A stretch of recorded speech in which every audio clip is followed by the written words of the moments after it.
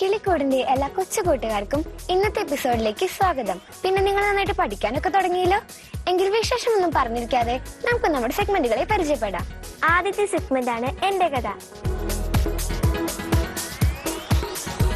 രണ്ടാമത്തെ സെഗ്മെന്റ് ആണ് കുട്ടിപ്പാചകം. മൂന്നാമത്തെ സെഗ്മെന്റ് ആണ് ഉണ്ണിക്കഥകൾ. നാലാമത്തെ സെഗ്മെന്റ് ആണ് പഠിപ്പുര. കൂട്ടുകാരെ, എങ്കിൽ നമുക്ക് നമ്മുടെ ആദ്യത്തെ സെഗ്മെന്റിലേക്ക് പോയാലോ. ആദ്യത്തെ സെഗ്മെന്റ് ആണ് എന്റെ കഥ. ഇന്ന് തത്തച്ഛനും നമ്മുടെ അടുത്ത് കഥ പറയാൻ വന്നിരിക്കുക. നമുക്കൊന്ന് കണ്ടിട്ട് വന്നാലോ എന്റെ കഥ.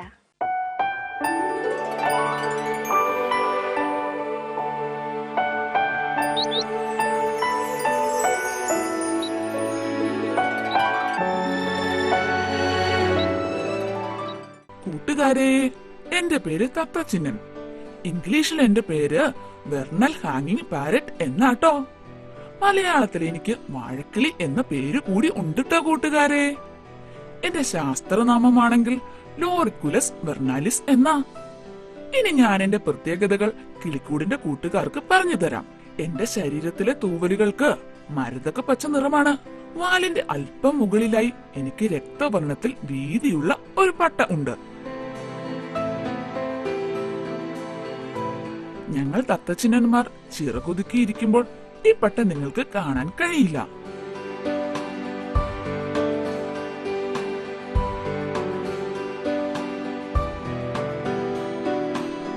ഞങ്ങളിൽ പെൺ തത്തച്ചിന്നന്മാരുടെ കഴുത്തിന് പച്ച നിറം തന്നെയും ആൺ തത്തച്ചിന്നന്മാരുടെ കഴുത്തിന് നീല നിറവുമാണ്. എപ്പോഴും ചീ ചീ ചീ എന്ന് ഉറക്ക ശബ്ദിച്ചുകൊണ്ട് പറന്നു നടക്കാൻ ഞങ്ങൾ തത്തച്ചിന്നന്മാർക്ക് ഒത്തിരി ഇഷ്ടമാ കൂട്ടുകാരെ.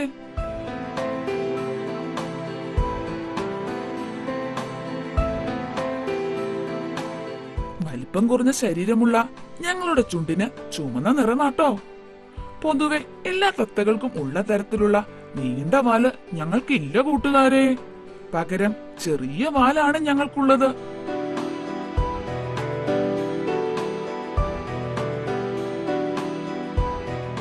മഴക്കാലത്താണ് ഞങ്ങൾ തത്തച്ചിന്നന്മാരെ നിങ്ങൾക്ക് ധാരാളമായി കാണാനാകുന്നത്.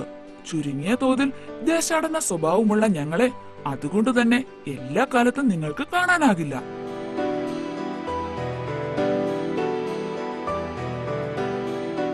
ഉയരം കൂടിയ വൃക്ഷങ്ങളിൽ തന്നെ കഴിഞ്ഞുകൂടുന്ന ഞങ്ങൾ തത്തച്ചിന്നന്മാർ ആഹാരം സമ്പാദിക്കുന്നത് മരങ്ങളുടെ ഇലകൾക്കിടയിൽ നിന്നാണ്. തെങ്ങ്, തേക്ക്, ആൽമരം തുടങ്ങിയ ഉയരം കൂടിയ വൃക്ഷങ്ങളിലേക്ക് ഞങ്ങൾ ഉറക്കെ ശബ്ദിച്ചുകൊണ്ട് പറന്നു നടക്കും. അരയാലിലെയും പേരാലിലെയും പഴങ്ങൾ തിന്നാനും പൂവരശിലെയും വാഴച്ചുണ്ടിലെയും തേൻ കുടിക്കാനും ഞങ്ങൾ തത്തച്ചിന്നന്മാർക്ക് ഒത്തിരി ഇഷ്ടമാട്ടോ.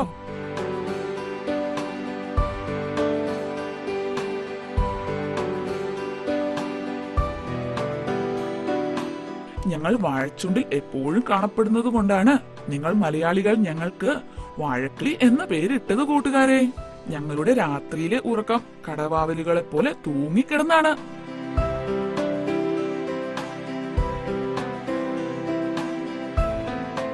സാധാരണയായി ഞങ്ങളുടെ സഞ്ചാരം ഇണകളുമായോ 4-5 പേരടങ്ങുന്ന ചെറിയ കൂട്ടങ്ങളായോ ആണ്.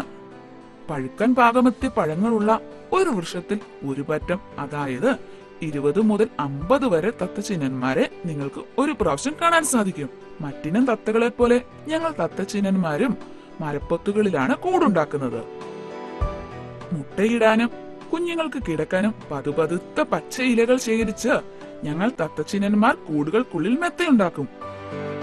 പച്ചില കഷ്ണങ്ങളെ വളരെ വിദഗ്ധമായ രീതിയിൽ മാളങ്ങളിൽ എത്തിച്ച ശേഷം അവ കടിച്ചെടുത്താണ് ഞങ്ങൾ കൂടുണ്ടാക്കുന്നത്.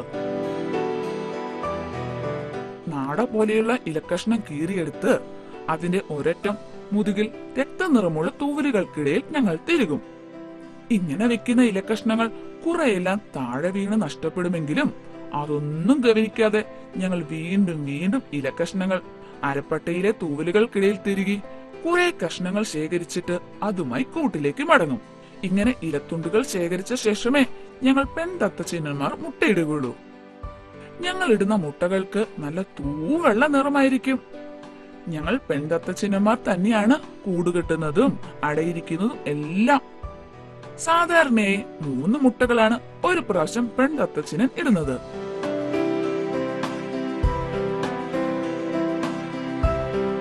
എങ്കിൽ കൂട്ടുകാരിനി എന്റെ ശാസ്ത്രീയ വർഗീകരണം എഴുതിയെടുത്തോട്ടോ.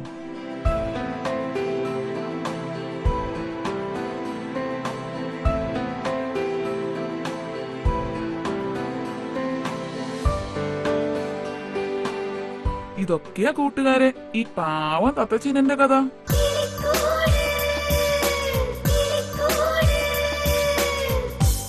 കൂട്ടുകാരെ, നിങ്ങൾക്കെല്ലാവർക്കും ഇന്നത്തെ എന്റെ കഥ ഇഷ്ടമായോ?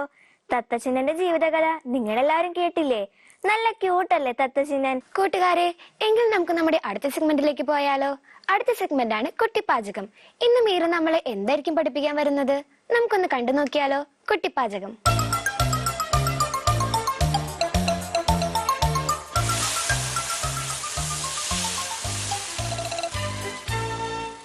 കൂട്ടുകാരെ, നിങ്ങൾക്കെല്ലാവർക്കും പായസം കഴിക്കാൻ ഇഷ്ടമല്ലേ? അപ്പൊ ഞാൻ എന്നാ ക്യാരറ്റ് വെച്ച് ഒരു പായസം ഉണ്ടാക്കാൻ പഠിപ്പിക്കട്ടെ. ക്യാരറ്റ് പായസം, അതാണ് ഞാൻ നിങ്ങളെ പഠിപ്പിക്കാൻ പോകുന്നത്. ഈ ക്യാരറ്റ് പായസം ഉണ്ടാക്കാൻ ആവശ്യമായിട്ടുള്ള സാധനങ്ങൾ എന്തൊക്കെയാണെന്ന് നോക്കിയാലോ? ക്യാരറ്റ് ഗ്രേറ്റ് ചെയ്തത് 1.25 കപ്പ്, പാല് 1/2 ലിറ്റർ, പഞ്ചസാര 3/4 കപ്പ്, കശുവണ്ടി പരിപ്പ് ആവശ്യത്തിന്, കിസ്മിസ് ആവശ്യത്തിന്, ഏലക്ക പഞ്ചസാര ചേർത്ത് പൊടിച്ചത് 1 ടീസ്പൂൺ, നെയ്യ് വറക്കാൻ ആവശ്യത്തിന്. എങ്കിൽ നമുക്കിത് ഉണ്ടാക്കി തുടങ്ങാം. ആദ്യമായി നമുക്ക് നെയ്യിൽ കശുവണ്ടി പരിപ്പും കിസ്മിസും വറുത്തെടുക്കാം. പാത്രം ചൂടായി കഴിഞ്ഞു. ഇനി നമുക്ക് ഇതിലേക്ക് നെയ്യ് ഒഴിക്കേക്ക് മാറ്റാം.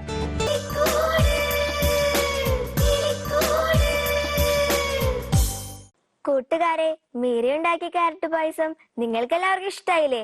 നല്ല രസമല്ലേ ക്യാരറ്റ് പായസം കാണാൻ? ഞങ്ങൾ എന്തായാലും ഇത് വീട്ടിലുണ്ടാക്കി നോക്കും. നിങ്ങളും ഉണ്ടാക്കി നോക്കണേ. കൂട്ടുകാരെ, എങ്കിൽ നമുക്കൊരു കഥ കേട്ടിട്ട് വന്നാലോ? അടുത്ത സെഗ്മെന്റ് ആണ് ഉണ്ണിക്കഥകൾ. നമ്മളോട് കഥ പറയാൻ വന്നിരിക്കുന്നത് റോസ്മരിയ സച്ചിനാണ്. എങ്കിൽ നമുക്ക് റോസ്മരിയുടെ കഥ കേട്ടിട്ട് വന്നാലോ? ഉണ്ണിക്കഥകൾ. കൂട്ടുകാരെ, നിങ്ങളൊന്ന് കാതോർത്തു നോക്കൂ. മോളെ, എന്റെ പൊന്നു മോളെ, എന്നൊരു രോദനം കേൾക്കുന്നുണ്ടോ? ആ കരയുന്നത് ആരാണെന്നറിയാമോ? അതാണ് കുട്ടത്തിപ്രാവ്. പാപം, അവൾ തന്റെ മകളെ വിളിച്ച് കേഴുകയാണ്. അതെന്തിനായിരിക്കും? അതൊരു കഥയാണ്. പാടം ചുറ്റിയൊഴുകുന്ന പുഴക്കരയിൽ വലിയൊരു മരമുണ്ട്. നിറയെ ഇലകളും പൂക്കളുമുള്ള ആ മരത്തിലാണ് കുട്ടത്തിപ്രാവിന്റെ മനോഹരമായ കൂട്. ആ കൂട്ടിൽ മറ്റൊരാൾ കൂടിയുണ്ട്. തന്റെ പ്രാണനേക്കാൾ സ്നേഹിക്കുന്ന തന്റെ മകൾ കൊച്ചു കുട്ടത്തിപ്രാവ്. വലിയ കുട്ടത്തിപ്രാവ് ആളൊരു സുന്ദരിയാണ്. അപ്പോൾ പിന്നെ കൊച്ചുകുട്ടത്തിയുടെ കാര്യം പറയണോ? മഷി എഴുതിയ പോലുള്ള കണ്ണുകളും ചുവന്ന ചുണ്ടും എല്ലാം കൂടി അവളൊരു കൊച്ചു സുന്ദരിയായിരിക്കുന്നു. അമ്മ പ്രാവാണ് എന്നും തങ്ങൾക്കുള്ള ആഹാരം തേടിക്കൊണ്ടുവരുന്നത്. കാരണം മറ്റൊന്നുമല്ല, തന്റെ മകൾ പുറത്തിറങ്ങിയാൽ വല്ല കാക്കയോ പരുന്തോ കൊത്തിക്കൊണ്ടു പോയാലോ? അമ്മ പ്രാവ് കൊണ്ടുവരുന്ന ആഹാര സാധനങ്ങൾ പാകം ചെയ്യാനാണ് മകളുടെ ജോലി. ഒരു ദിവസം അമ്മയ്ക്ക് ആഹാരമായി കിട്ടിയത് 4 പയർമണികളാണ്. ഞാൻ കുളിച്ചിട്ട് വരുമ്പോഴേക്കും നീ ഇത് വറുത്തു വെക്കണമെന്ന് പറഞ്ഞ് അമ്മ കുളിക്കാൻ പോയി. അവൾ ഉത്സാഹത്തോടെ പയർ വറുക്കുവാൻ തുടങ്ങി. കുളി കഴിഞ്ഞ് വന്ന അമ്മ കണ്ട കാഴ്ച എന്തെന്നോ? തന്റെ മകളെ വറക്കുവാൻ ഏൽപ്പിച്ച പയർമണികൾ പകുതി പോലുമില്ല. അമ്മയ്ക്ക് ദേഷ്യം വന്നു. തന്റെ മകൾ കഴിച്ചതായിരിക്കുമെന്ന് വിചാരിച്ച് മകളോട് ദേഷ്യപ്പെട്ടു. പാപം മോൾ, അവൾ വിങ്ങി വിങ്ങി കഴിഞ്ഞു. ഞാൻ ഒരെണ്ണം പോലും കഴിച്ചിട്ടില്ല അമ്മേ. വറുത്തപ്പോൾ ഇങ്ങനെയായതാണ്. കൊച്ചുകുട്ടത്തിയുടെ ദീനമായ രോദനം അമ്മയുടെ ചെവികളിലേക്ക് എത്തിയതേയില്ല. തന്റെ കൂർത്തു മൂർച്ചയുള്ള ചുണ്ടുകൾ കൊണ്ട് അവളെ ഞാഞ്ഞു കൊത്താൻ തുടങ്ങി. അവൾ വാവിട്ട് കഴിഞ്ഞു. ഒടുവിൽ അവൾ പിടഞ്ഞു പിടഞ്ഞു ചത്തു. കൊച്ചുകുട്ടത്തിയുടെ മരണം അമ്മപ്രാവിനെ തെല്ലും വേദനിപ്പിച്ചില്ല. പിറ്റേന്നും അവൾ ഇര തേടിയിറങ്ങി. അന്നും അവൾക്ക് ലഭിച്ചത് പയർമണികൾ തന്നെയായിരുന്നു. അവൾ തിരിച്ചു വന്ന് പയർ വറക്കുവാൻ തുടങ്ങി. പാകത്തിന് വറുത്ത നറുമണം വിതർന്ന പയർമണികൾ കണ്ടപ്പോൾ അവൾ തലതല്ലി കരഞ്ഞു. അതും തലേ ദിവസത്തെ പോലെ തന്നെ പകുതി പോലും ഇല്ലായിരുന്നു. പയർമണികൾ പറക്കുമ്പോൾ കുറഞ്ഞു പോകുമെന്ന പരമാർത്ഥമറിയാതെ തന്റെ മകളെ കൊത്തിക്കൊന്നല്ലോ എന്നോർത്തപ്പോൾ ആ അമ്മയ്ക്ക് സങ്കടം സഹിക്കാനായില്ല. കൊച്ചുകുട്ടത്തി കൊച്ചുകുട്ടത്തി എന്ന് വിളിച്ച് അവൾ അവിടെ ആകെ പറന്നു നടന്നു. പക്ഷേ വിളി കേൾക്കാൻ കൊച്ചുകുട്ടത്തി മാത്രമില്ലായിരുന്നു. അറിയാതെ പറ്റിയ അപരാധമോർത്ത് ഇന്നും ആ അമ്മ തന്റെ മകളെ വിളിച്ചു നടക്കുന്നു. കൊച്ചുകുട്ടത്തി കൊച്ചുകുട്ടത്തി. കൂട്ടുകാരെ, ഈ കഥയിൽ നിന്ന് നിങ്ങൾക്ക് എന്താണ് മനസ്സിലായത്? പരമാർത്ഥം അറിയാതെ എടുത്തുചാട്ടം വരുത്, അത് നമുക്ക് ദുഃഖമേ നൽകൂ.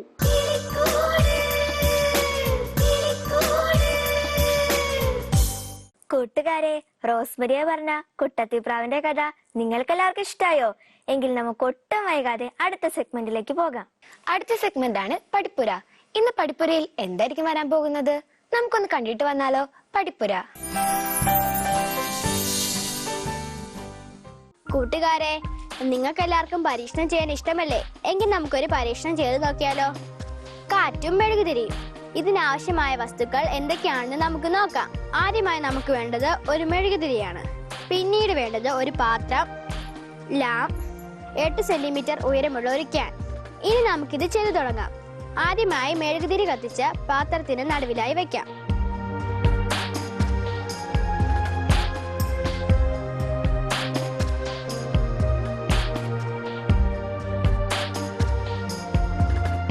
അടുത്തതായി നമുക്ക് 8 സെന്റിമീറ്റർ ഉയരമുള്ള ഒരു ക്യാൻ മെഴുകുതിരിയുടെ 3 സെന്റിമീറ്റർ അകലെ വെക്കാം.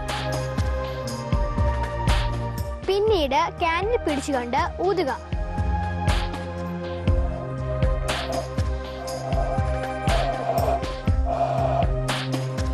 കണ്ടില്ലേ കൂട്ടുകാരെ, തീനാളം ചുറ്റി കറങ്ങിയതിനു ശേഷം അണഞ്ഞു പോയത്?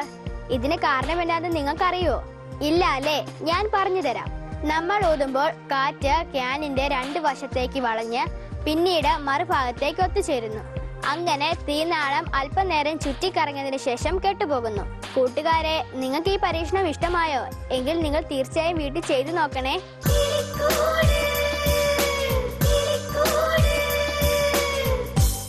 കൂട്ടുകാരെ, ഇന്ന് പഠിപ്പുരയിൽ കാണിച്ച കാറ്റിന്റെയും മെഴുകുതിരിയുടെയും പരീക്ഷണം നിങ്ങൾക്ക് എല്ലാവർക്കും ഇഷ്ടായോ?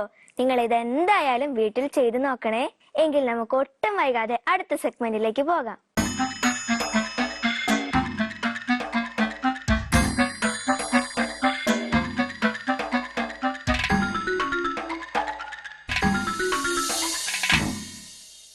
Hi friends. ഇന്ന് നമ്മുടെ കിങ്ങിണിക്കാട്ടിലേക്ക് ഞാൻ സെലക്ട് ചെയ്തിരിക്കുന്ന ചിത്രം കോട്ടയം ജില്ലയിലെ കാരക്കുളം അഥവാ എലിക്കുളം എന്ന സ്ഥലത്തുള്ള ഒരു കുട്ടിയുടേതാണ്. ആരാ സിംഹരാജൻ ആ കുട്ടി? ആരാത്? Kevin Shaju. Hi Kevin. Kevin എന്തുപടമാ സിംഹരാജൻ വരച്ചിരിക്കുന്നത്? വേടന്റെ വലയിൽ കുടുങ്ങിയ മാനിന്റെ കഥ നിങ്ങൾ കേട്ടിട്ടില്ലേ? ആ കഥാസന്ദർഭമാണ് കെവിൻ ഷാജു വരച്ച് കിളിക്കൂടിന് അയച്ചു തന്നിരിക്കുന്നത്.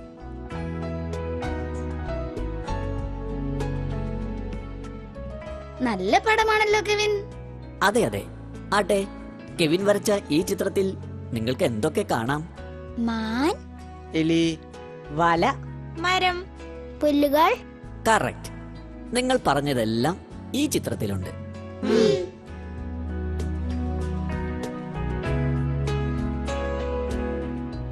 ആട്ടെ, എന്തൊക്കെ നിറങ്ങൾ ഉപയോഗിച്ചാണ് കെവിൻ ഈ ചിത്രം വരച്ചിരിക്കുന്നതെന്ന് നിങ്ങളൊന്ന് പറഞ്ഞേ. ബ്രൗൺ, ഓറഞ്ച്, കോഫി ബ്രൗൺ, ഇളം പച്ച, കടും പച്ച, കറുപ്പ്, റോസ്, വെളുപ്പ്. ശരിയാണല്ലോ. നിങ്ങൾ പറഞ്ഞ നിറങ്ങളെല്ലാം ഉപയോഗിച്ചാണ് കെവിൻ മനോഹരമായ ഈ ചിത്രം വരച്ചിരിക്കുന്നത്.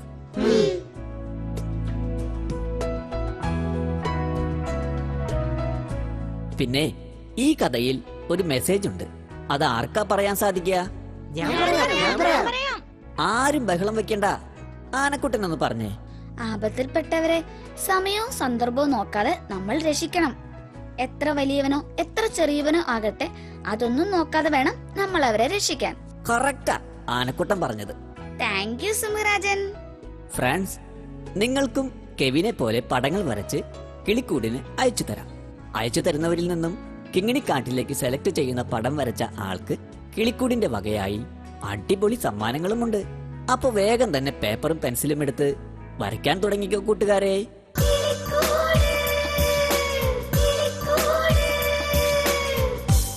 കൂട്ടുകാരെ, ഇന്നത്തെ എപ്പിസോഡ് നിങ്ങൾക്ക് എല്ലാവർക്കും ഇഷ്ടമായില്ലേ? എങ്കിൽ നിങ്ങളുടെ അഭിപ്രായങ്ങളും നിർദ്ദേശങ്ങളും ഞങ്ങളെ എഴുതി അറിയിക്കാൻ മറക്കരുത്. അതിനായി ഞങ്ങളുടെ address: the producer, Kilikkoodu, divine vision, divine retreat centre, Muringoor PO, Chalakudy, pin 680309, phone 8606460033, kilikkud@gmail.com. കൂട്ടുകാരെ, ഇന്നത്തെ എപ്പിസോഡ് നിങ്ങൾക്ക് എല്ലാവർക്കും ഇഷ്ടമായോ? എങ്കിൽ അടുത്ത ആഴ്ച ഇതിലും നല്ലൊരു എപ്പിസോഡുമായി ഞങ്ങൾ വീണ്ടും വരും. അതുവരയ്ക്കും ബൈ.